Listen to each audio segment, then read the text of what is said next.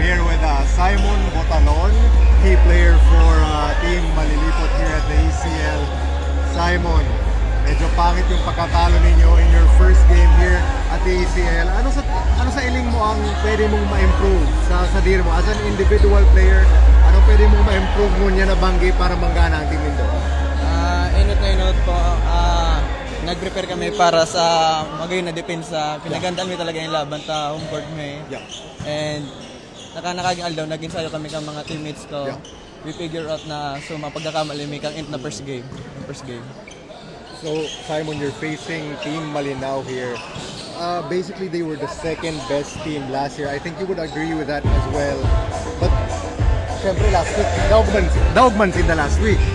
Ano ang game plan nindo against sa Inda tonight and how will you win against them? Ano lang, sa mga utos ni coach, susundin namin yung mga turo ni coach. Yung unang-una, depensa muna bago opensa. Yeah. And gagawin namin ang best para manalo ngayon dahil nasa home court kami.